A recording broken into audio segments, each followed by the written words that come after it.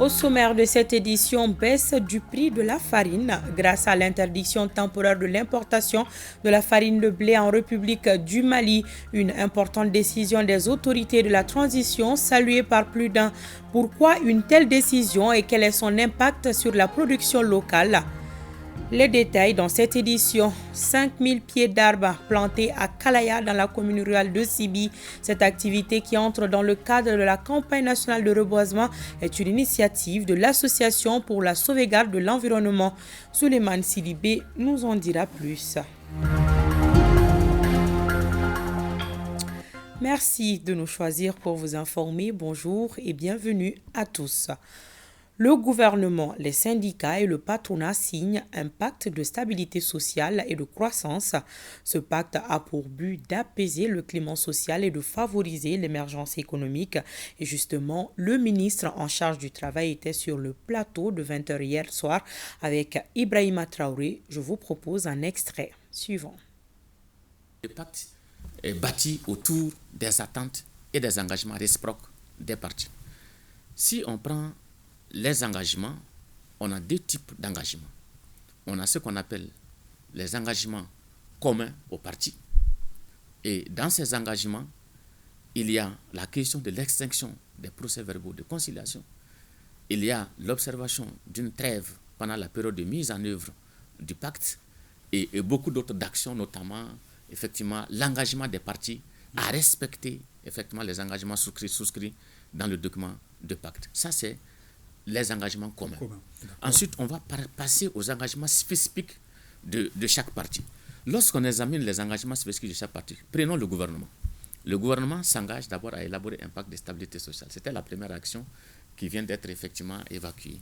Le gouvernement s'engage à créer un conseil national de dialogue social dont le décret a été adopté il y a juste une semaine. Le gouvernement s'engage à organiser les élections professionnelles. Le gouvernement s'engage à respecter la liberté syndicale. Le gouvernement s'engage à relire les textes relatifs aux droits de grève dans le secteur public et privé. Donc, à respecter les services minimums, les services essentiels.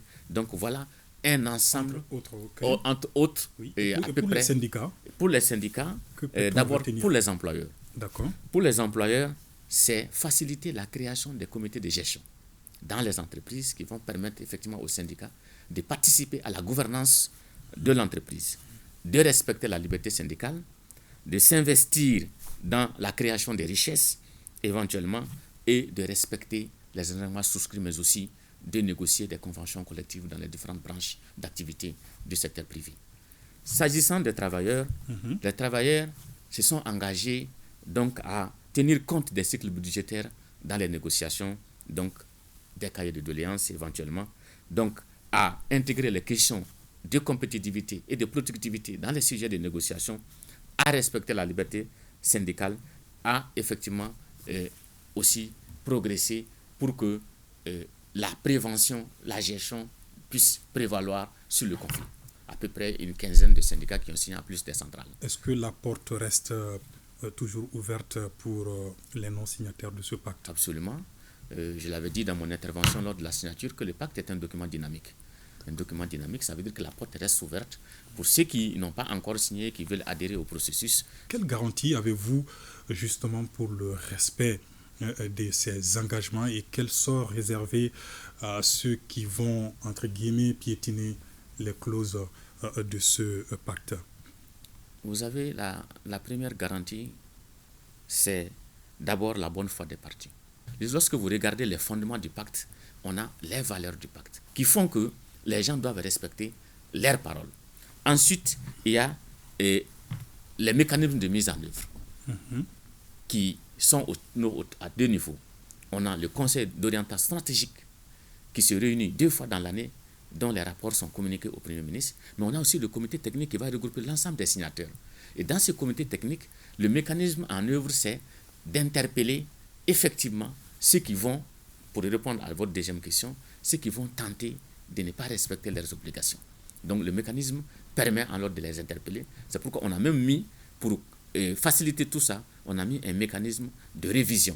C'est-à-dire que les gens ne respectent leur engagement, mais que lorsqu'il y a des difficultés, que le comité technique peut être saisi et qu'on puisse statuer sur ces difficultés. Et voilà, le président de la transition a reçu ce matin les signataires de ce pacte de stabilité sociale et de croissance et vous aurez les détails de Sira Bachili dans nos éditions futures. Le grand format de cette édition est consacré à l'interdiction temporaire de l'importation de la farine de blé en République du Mali, un acte fort des autorités de la transition qui a été salué par plus d'un car le prix de la farine a baissé. Alors, pourquoi une telle décision et quel est son impact sur la production locale? Voilà entre autres des questions que notre équipe de reportage dirigée par Tamsir Diabaté tente de répondre. Si le défi est le développement économique, la nouvelle donne s'appelle un tissu industriel fort et soutenu pour une bonne croissance économique. Et face à ces défis du moment, les autorités de la transition ont changé de fusil d'épaule, optant ainsi pour la promotion de la production locale en vue de garantir une autosuffisance alimentaire au grand bonheur des populations.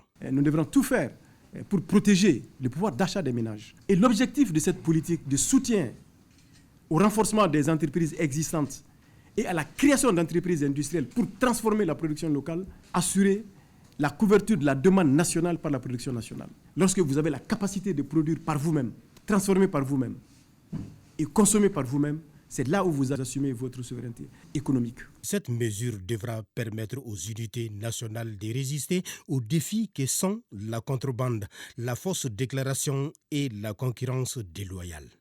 C'est pourquoi le ministre de l'Industrie et du Commerce et celui de l'Économie et des Finances ont pris une mesure portant suspension temporaire de l'importation de la farine de blé et des pâtes alimentaires, sauvegarder les unités industrielles, promouvoir la production nationale et de préserver des milliers d'emplois.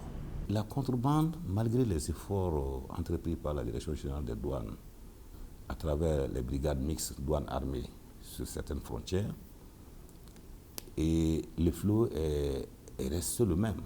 L'État n'avait pas d'autre solution que de passer à cette mesure-là. La mesure s'inscrit aussi dans le cadre d'une autre mission, non moins importante, de l'administration des douanes. Nous pensons que ce que nous perdons d'un côté, nous rattrapons de l'autre côté. Quand ces produits subventionnés font l'objet de contrebande sur le territoire national, il va de soi que nos unités aient des difficultés à écouler les produits. Le marché qui était accaparé par les produits importés.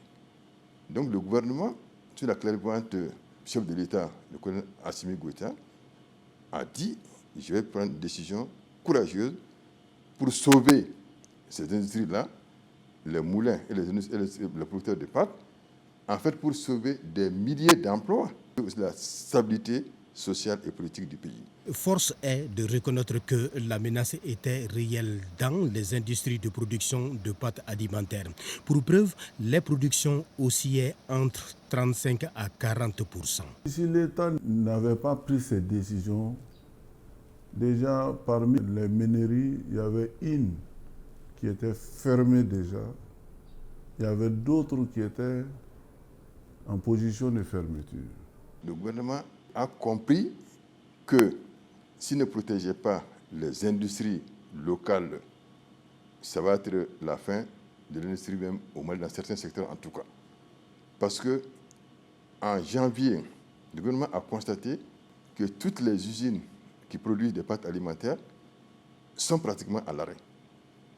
Alors que les équipements en place sont de dernière génération, le personnel est compétent, toutes les conditions sont réunies pour que ces usines-là puissent tourner très bien. C'est pourquoi d'ailleurs, cette décision dite souveraine et courageuse est un ouf de soulagement pour les professionnels de l'industrie de pâtes alimentaires. Et elle rassure les opérateurs économiques dans le cadre du partenariat public-privé. Ça me fait 35 ans de travail. On n'a jamais vu qu'on va protéger des entreprises nationales comme ça. On ne peut pas faire mieux que ça. Ce que nous demandons au bon Dieu, le président de la transition, Assimi Goïta, longue vie. Depuis que le gouvernement a pris cette décision, nos machines tournent à plein régime, le personnel est employé, tout le monde est heureux, tout le monde est confiant. Et nous, principaux producteurs de pâtes alimentaires.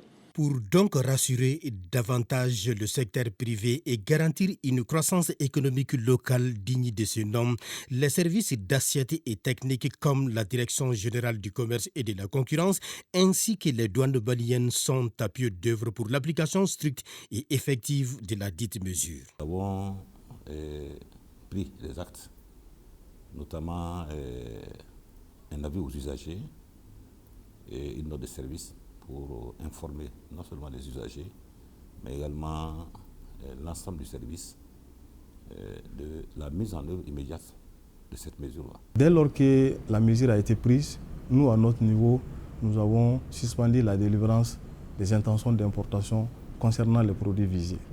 Justement, de la prise de cette décision d'interdire l'importation de la farine de blé à ce jour, l'impact se fait sentir sur le prix dans le marché. Et à cet effet, les industriels rassurent. Nous, on vendait avant à 27 000 en gros la farine, avant la mesure, mais aujourd'hui, nous, on a baissé les prix à 24 000. Ça va descendre encore. Le marché est assez libre. Tant que le cours mondial du blé n'augmentera pas, il n'y aura aucune raison d'augmenter les prix. Le gouvernement, en prenant cette décision, a insisté sur 3 choses. Pas d'abus sur les prix, pas de mauvaise qualité et pas de rupture. Nous avons décidé de tout mettre en œuvre pour respecter toutes les instructions données par le gouvernement. Le Mali n'est pas le premier à appliquer une mesure de ce type-là.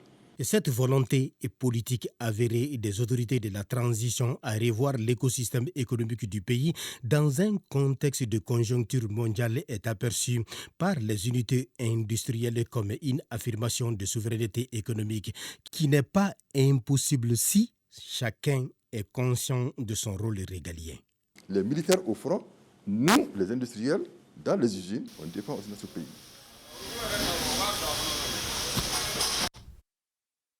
D'une structure appelée Association Police de Proximité. L'initiative vient de certains jeunes qui attendent apporter leur pierre à l'édification nationale. L'association Police de Proximité s'attellera à sensibiliser les citoyens afin de renforcer la confiance et la collaboration entre les populations et les forces de l'ordre. Arjumatina pour les détails.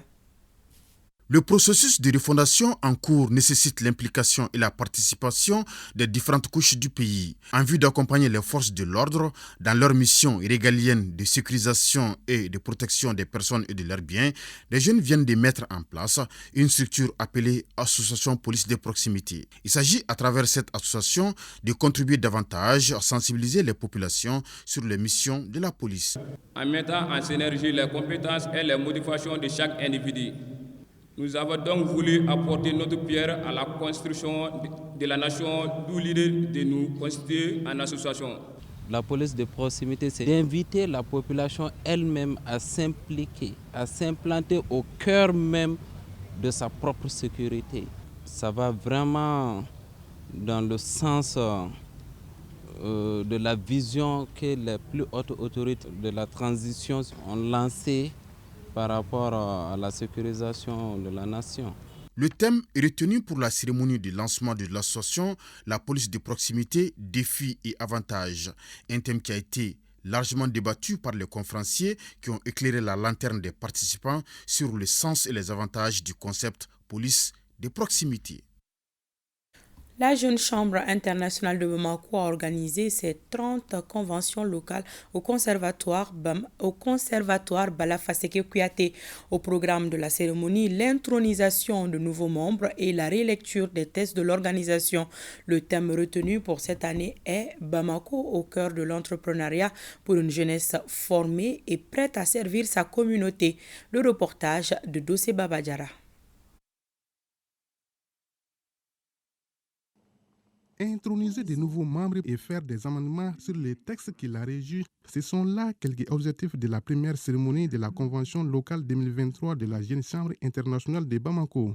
À cette occasion, 8 jeunes ont adhéré après un test conformément aux exigences de l'organisation. Mes attentes sont me former, développer mes leadership, développer ma responsabilité à prendre des décisions et pour agir et développer mes relations aussi, c'est-à-dire le réseautage.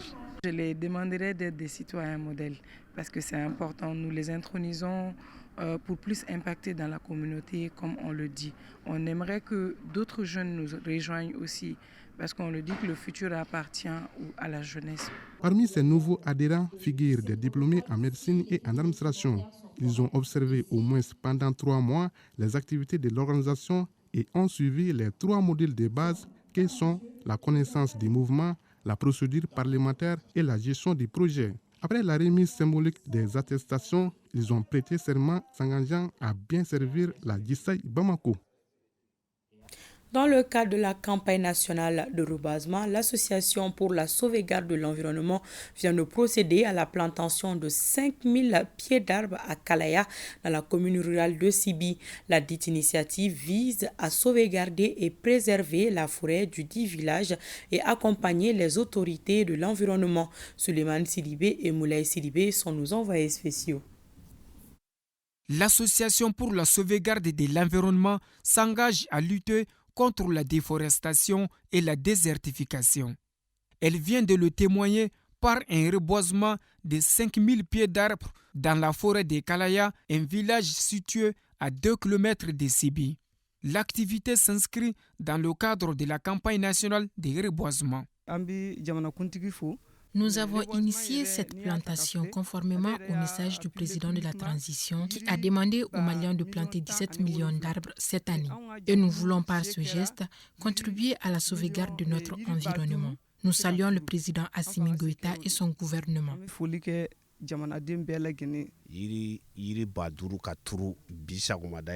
Nous sommes très contents aujourd'hui. Nous remercions l'association pour la sauvegarde de l'environnement. Elle vient d'enlever une épine de nos pieds. La plantation de ces pieds d'arbres contribue à l'atteinte des objectifs des autorités de la transition à préserver et à sauvegarder notre environnement. Aux associations et à l'ensemble des associations qui doivent planter cette année d'œuvrer pour la plantation sécurisée. Rien ne vaut de faire des milliers d'hectares et que ça vous à l'échec. Je remercie l'association pour les efforts qui méritent d'être davantage encouragés et reconnus.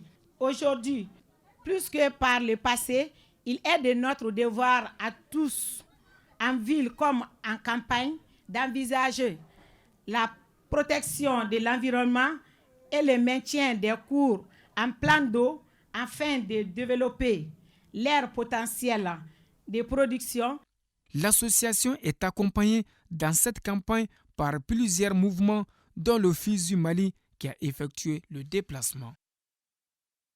D'une conférence sur la paix et la cohésion sociale dans la région de Tombouctou.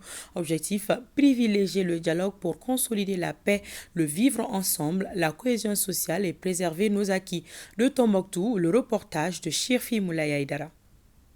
Cette conférence, dont les thèmes portent sur la paix et la cohésion sociale dans les régions de Toudeni et Tombouctou, est un cadre d'échange entre les acteurs afin de formuler des suggestions et recommandations permettant de déboucher sur des actions concrètes. Elle est organisée par le ministère de la Culture à travers les missions culturelles de Tombouctou et de Toudeni. Avant, tous nos différends étaient réglés par nos chefs de village parce qu'ils connaissent vraiment nos valeurs ancestrales et s'en servent chaque fois pour mettre les gens à l'ordre.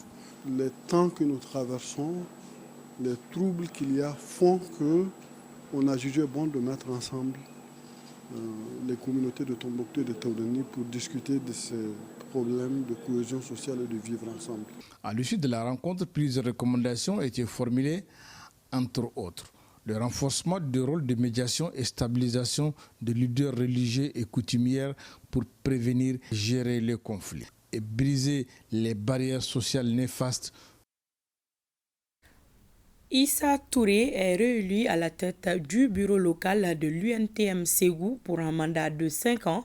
C'est à la suite de l'assemblée élective qui s'est tenue dans la capitale, dans la cité des Balanzans. Les travaux de cette assemblée ont regroupé des représentants de différentes structures, membres de l'Union des travailleurs de Ségou. Fousséni Samaki pour les détails. Issa Touré rempile pour un mandat de 5 ans à la tête de l'Union locale des travailleurs du Mali, UNTM, Ségou. Il dirige une équipe composée de 51 membres pour défendre l'intérêt des travailleurs de Ségou. Je place ce mandat sous le signe de la solidarité, de la cohésion sociale entre les travailleurs de Ségou. Le syndicat, ce n'est plus le bras de corps, c'est un partenariat, le partenariat entre les patrons et vraiment les travailleurs. Il faut qu'on se donne la main. La synergie des travailleurs, c'est le syndicat. Former des gens dans les droits et règlements du syndicalisme pour pouvoir mener à bien les droits des travailleurs. Au cours de cette rencontre, des questions relatives au rapport moral du mandat écoulé, la formation sur les droits et devoirs des travailleurs, le Conseil national de dialogue social, la justice sociale, entre autres, ont été au centre des communications entre représentants des syndicats de travailleurs des différentes structures représentées.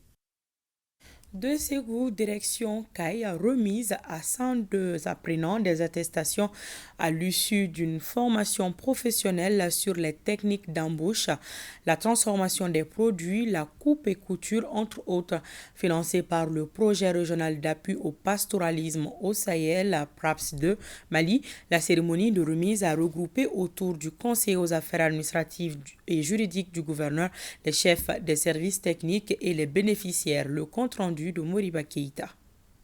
Après 2 semaines de formation sur des techniques d'embauche, la transformation des produits et l'aviculture entre autres, les 102 premiers apprenants de CAI et Nioro du Sahel ont reçu ce samedi dans la cité des Rails leurs attestations. Financée par le projet régional d'appui au pastoralisme au Sahel PRAPS 2 Mali, cette formation professionnelle a pour objectif d'améliorer la résilience des pasteurs et agro-pasteurs dans certaines zones ciblées de la région du Sahel. On s'attend qu'ils multiplient leurs efforts à faire ces genres de formations pour que beaucoup de femmes comme nous, qui sommes dans les milieux ruraux, puissent connaître plus davantage les nouvelles techniques de base sur l'embouche bovine et ovine, et sur le maraîchage et les transformations des fruits et légumes. Le projet a bien voulu les aider. Dans la première partie, maintenant, les former en technique de ces différentes activités. Le second volet va consister à leur doter un kit pour qu'ils puissent être opérationnels. Le représentant du gouverneur a salué les bénéficiaires avant de les inviter à faire bon usage des connaissances acquises. C'est le lieu donc pour moi de féliciter les heureux bénéficiaires de ces sessions de formation pour le choix porté sur eux, un choix qui est fonction de leur courage et détermination. Aussi, je les exhorte à faire bon usage des connaissances apprises dans les domaines qu'ils ont bien voulu choisir eux-mêmes,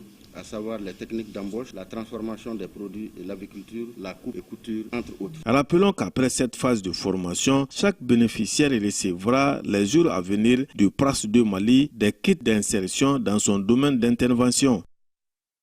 C'est tout pour cette édition. Merci de votre attention. À demain, Inch'Allah.